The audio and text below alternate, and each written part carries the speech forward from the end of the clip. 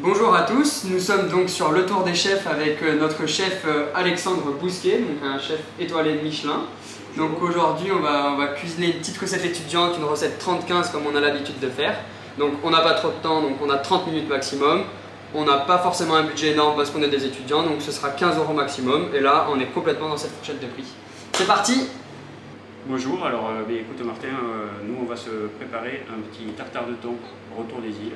Donc ça va être vraiment sur quelque chose de frais et d'exotique, très gourmand. Bah, génial. Et du coup, retour des îles parce qu'on a du fruit de la passion. Voilà, on a du fruit de la passion. Génial, donc ce sera du thon, donc en quantité à peu près pour deux.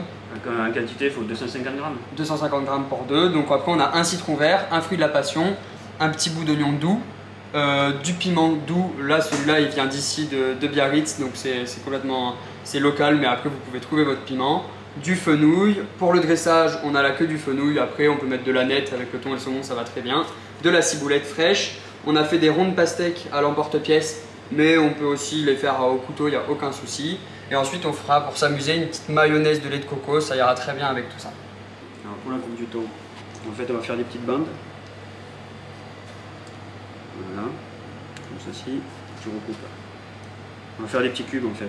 D'accord, ok. Et ensuite on va remélasser comme ceci. Et le thon, c'est un aliment qui peut être remplacé par... Enfin c'est un poisson, est-ce qu'on peut le remplacer par d'autres poissons dans ce tartare? Oui, on peut le remplacer par du saumon, par de la truite, par de la bonite. D'accord. Donc comme vous voulez, la truite c'est un tout petit peu moins cher que le thon, mais du coup ça n'a pas exactement le même goût. Après, voilà, moi j'ai choisi le thon là parce que c'est vraiment le produit de saison en ce moment. D'accord, bah super.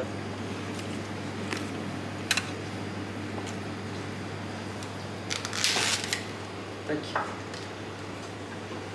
Alors le fenouil, on va le passer à la mandoline. Alors le fenouil en salade c'est très bon, mais il faut surtout le couper extrêmement fin. Extrêmement fin parce que c'est vraiment, il va être agréable en bouche. Si c'est trop épais, ça va, le croquant ne va pas être agréable. Donc moi j'utilise une mandoline, on peut le faire, on peut le tailler au couteau aussi si on n'a pas de mandoline. Ça va amener du volume dans l'assiette, ça va être super, ça va être joli. Bon, petite question pour un chef parce que on se pose, enfin moi je me pose vachement cette question. Je te mets dans une situation, si tu es dans une île déserte et dans une montagne paumée ou je sais pas à quel endroit et que tu n'as plus que 3 aliments ou quelques aliments pour manger jusqu'à la fin de tes jours, qu'est-ce que tu choisis? Qu'est-ce que tu aimes cuisiner? Qu'est-ce que tu aimes manger? Alors moi je suis très viandard. Ok, bon, moi aussi ça c'est top. Je suis très viandard donc forcément je vais prendre une belle pièce de viande. Ah ça c'est bon. Une belle côte du veau, une belle côte de veau ou une belle côte de bœuf. Et puis je vais être vraiment très simple, je vais prendre des belles pommes de terre. Et sinon il y a un fruit que j'aime beaucoup aussi, c'est la poire. Alors là on va rajouter de la ciboulette dans le fenouil. On va la ciseler pour y amener une petite herbe.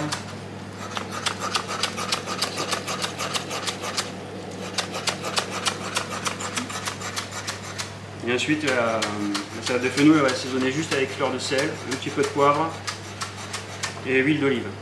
Donc le thon petit, le fenouil en lamelles, la ciboulette mélangée avec le fenouil. Et avec ça, on va se régaler, ça c'est sûr. Alors j'ai vu que tu savais très bien couper les oignons sur ta vidéo précédente, donc écoute, je me lance, c'est parti.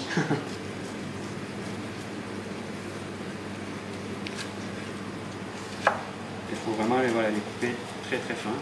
Dans le tartare, le fait qu'il soit fin, ça va mieux. Parce que si c'est trop gros, ça va avoir une texture bizarre, et puis on va avoir vraiment ce goût d'oignon qui va nous gâcher. C'est pour parfumer un petit peu. Et si on mord trop sur un gros morceau d'oignon, c'est pas très agréable. Voilà, du coup, s'il est trop gros, n'hésite pas, on fait comme si on faisait on hachait du persil. Donc on va mélanger directement l'oignon qui est ciselé très fin dans le tartare de thon. Et ensuite on va enchaîner du coup avec le piment. Piment doux. Piment doux. Ça sera quoi, du poivron? Oui, voilà, exactement. D'accord, ok. Donc même s'il n'y a pas de piment, on peut mettre un poivron. Mon petit crash test pour le piment, j'espère qu'il n'est pas en train de faire une blague, mais on va voir ça. Hein. On va voir. On est vraiment proche du poivron vert. Directement dedans? Directement. Est-ce que vous pensez que vous pouvez sentir l'odeur? Parce que ça sent vraiment bon, mais je sais pas si le micro il a cette capacité. Hop. Un jour peut-être. Un jour peut-être, on verra. Bon, avec Alexandre on gaspille rien. Hein. Tac. Je ne mets que le zeste de citron. Que le zeste. Pour le parfumer, je ne mets pas le jus parce que le jus ça va le cuire. Donc pour zester, plusieurs solutions. Soit on a un zesteur de pro. Un zesteur? Un zesteur, oui. Une râpe de pro et puis on peut le faire. Si vous n'avez pas ça, soit avec une râpe à gruyère un peu fine, ça marche très bien. Avec un couteau, vous enlevez que la partie verte et vous venez lâcher menu et puis ça marchera aussi très bien, comme vous voulez. Quelle quantité de zeste à peu près de citron vert? Tu peux mettre le zeste entier là. Le zeste entier.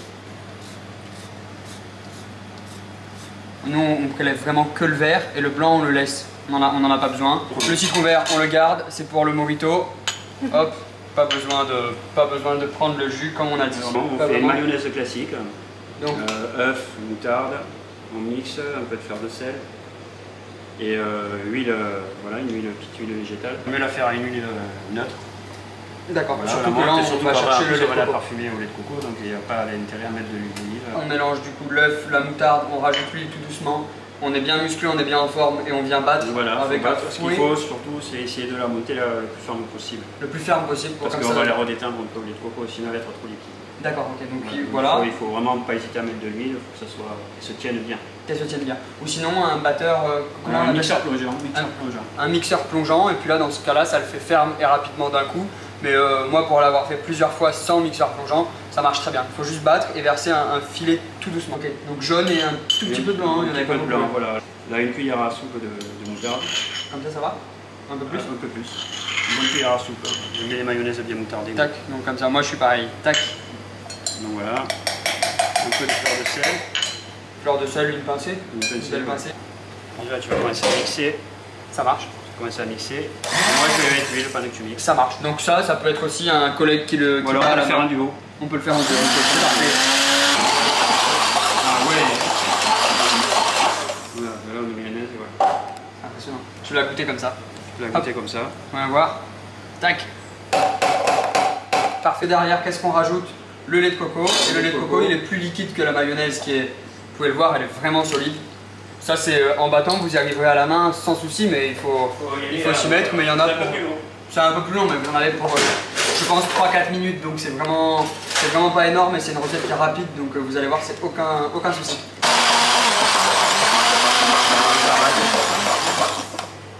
En quantité, je dirais l'équivalent d'une cuillère à soupe ou deux cuillères à soupe. Deux cuillères à soupe. Deux cuillères à soupe, c'est à vous de le sentir en fonction de la. Les gouttes comme ça, je vais goûter. Hop. Tu sens assez. Ah, c'est très bon. 2 cuillères à soupe d'huile d'olive, fleur de sel. Là, vous voyez le chef, il met une bonne pincée. Alors, la mayonnaise, moi j'ai une petite pipette, mon intro de le commerce. On peut le mettre à la cuillère aussi, c'est pas un souci. On peut aussi mettre un peu de mayonnaise, on va mettre de coco dedans. D'accord. Ça va encore lier le truc.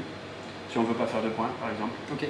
Huile d'olive et fleur de sel dans le fenouil et c'était quoi, ciboulette. Et de la ciboulette. Bon, mais Martin, écoute, on va se la dresser cette assiette. Allez, c'est parti. Moi, je vais en faire une, t'en fais une. Ça sent bon, ma pastèque. Magnifique. Génial. Ça peut tomber un peu à cheval, c'est pas. La mayo à la noix de coco, comme on a dit tout à l'heure, on peut bien sûr la mélanger directement dans le thon. Si on n'a pas le temps, si on n'a pas envie de dresser.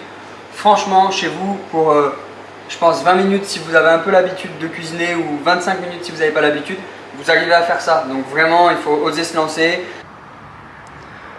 Bon bah chef, on se déguste ça parce que là ça donne bien envie. Maintenant il reste plus qu'à... Il reste plus qu'à manger, bah c'est parti.